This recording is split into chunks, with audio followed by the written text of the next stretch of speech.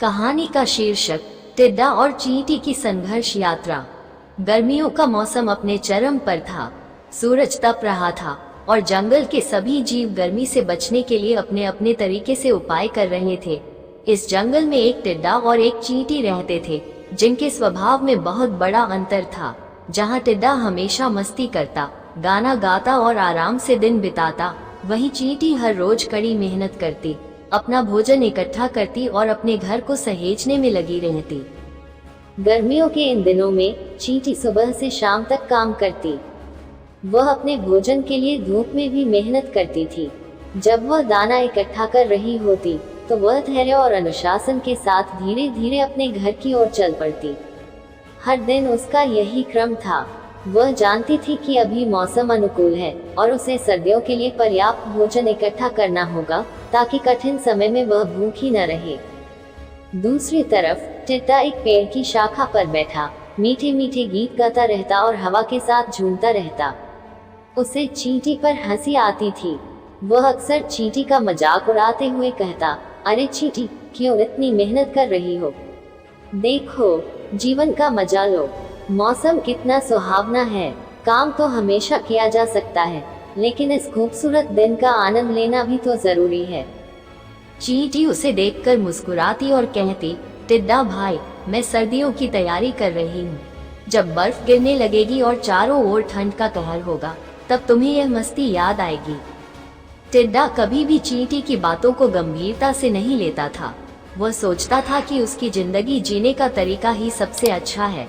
वह मानता था कि जीवन का असली मजा तभी है जब उसे पूरी तरह से जिया जाए। वो ये समझने को तैयार नहीं था कि जीवन में मस्ती के साथ साथ मेहनत भी जरूरी है। टिड्डे ने पूरे गर्मियों के मौसम को गाने बजाने और आराम में बिता दिया। वह दिन रात नाचता, गाता और दोस्तों के साथ वक्त बिताता रहा। उसने भोजन इकट्ठा करने की कभी परवाह नहीं की, क्योंकि उसे लगता था कि जरूरत पड़ने पर भोजन मिल ही जाएगा। उसके लिए मेहनत करना समय की बर्बादी थी। जैसे जैसे मौसम बदलने लगा, ठंड बढ़ने लगी। सर्दियों की शुरुआत हो चुकी थी। पेड़ पौधों की पत्तियां झड़ गईं और चारों ओर बर्फ की सफेद चादर बिछ गई। ठंड के कारण भोजन का मिलना कठिन हो गया था। सभी जानवर अपने अपने घरों में सुरक्षित थे और जो पहले से तैयारी कर चुके थे वे आराम से थे। लेकिन टिड्डा अब संकट में था। ठंड के कारण वह कांप रहा था और भूख से बेहाल हो गया था। उसे कोई भोजन नहीं मिल रहा था। वह जहाँ भी जाता वहाँ सिर्फ बर्फ और सूखे पत्ते मिलते। उसने कई बार भोजन ढूंढने की कोशिश की, लेकिन असफल रहा।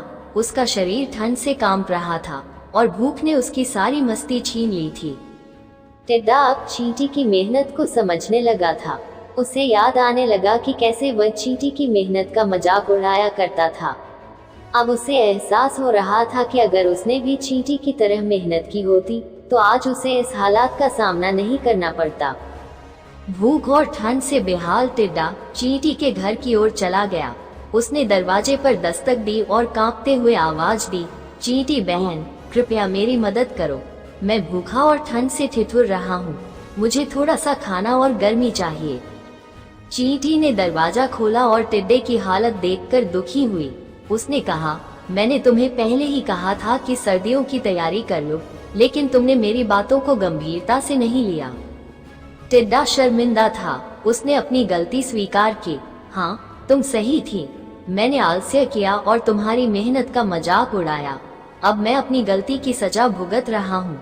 कृपया मुझे माफ कर दो और मेरी मदद करो।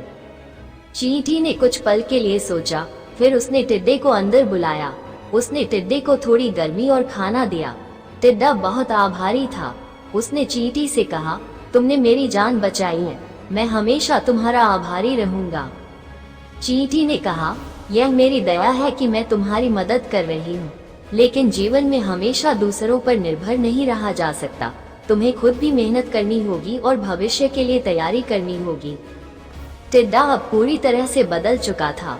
उसने ठान लिया था कि अब वो आलसी नहीं बनेगा।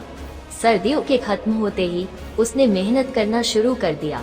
वो चींटी के साथ मिलकर काम करने लगा, भोजन इकट्ठा करने और अपने घर को मजबूत बनाने में जी जान से जुट गया।